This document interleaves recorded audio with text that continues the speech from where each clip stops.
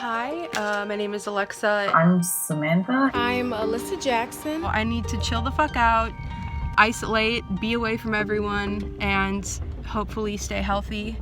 My hand sanitizer made it through TSA, so... I am literally the only one on this plane right now. I'm trying to get home to St. Louis, Missouri. Singapore. North Dakota. Florida. Denver. In a time of crisis, you have to follow your gut and you have to follow what you know, but you never can really know.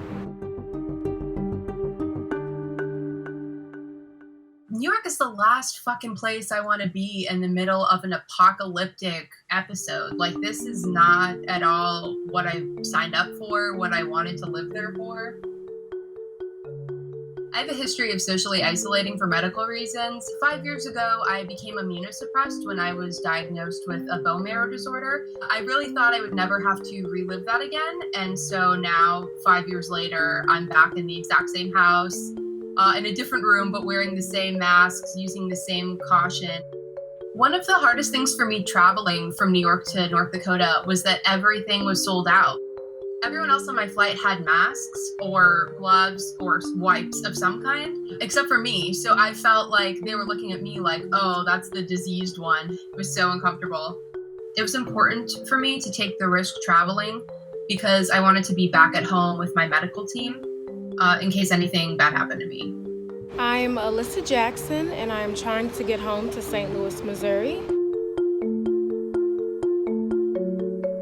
My flight was just canceled. I just had to rebook a different flight.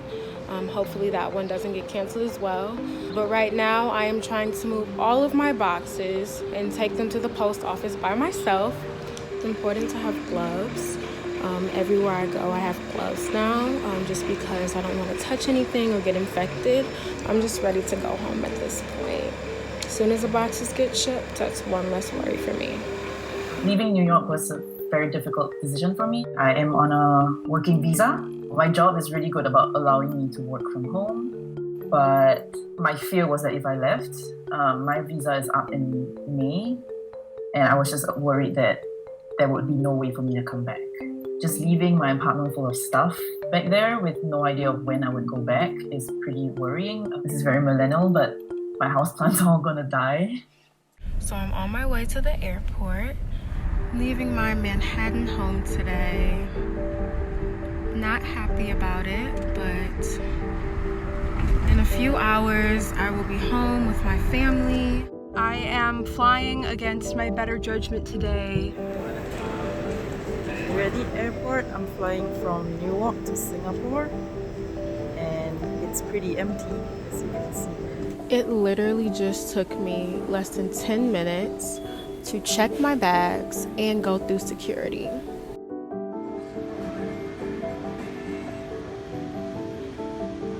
There is no bar open right now, which is my own personal airport hell. JK, that's just because I need water. Only once, and not on Singapore. Oh, that one.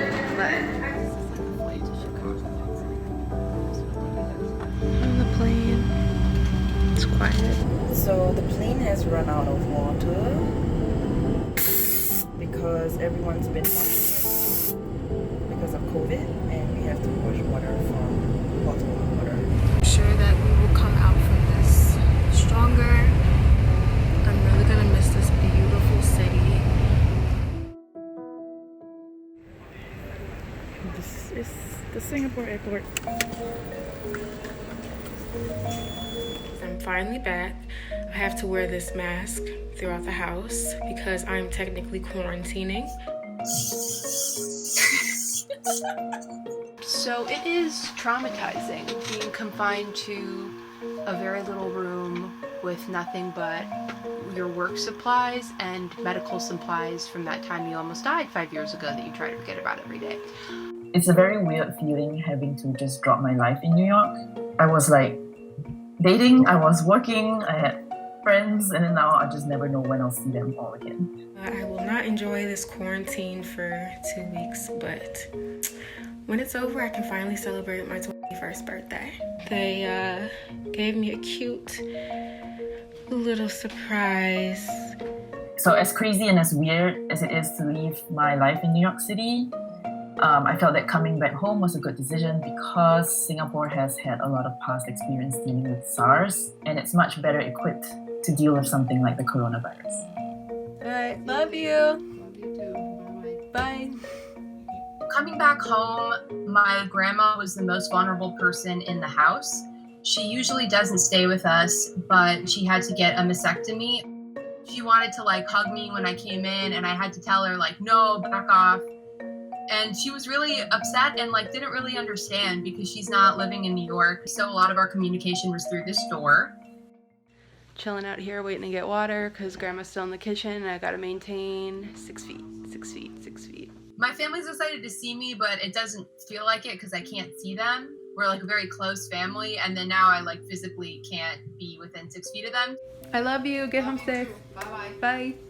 It is very annoying to have to take all the cleaning precautions and everything. It is a lot of work, but I know it's going to be worth it when we're all quarantined for 2 weeks straight and we know that we're healthy and we're able to just hang out again as a normal family.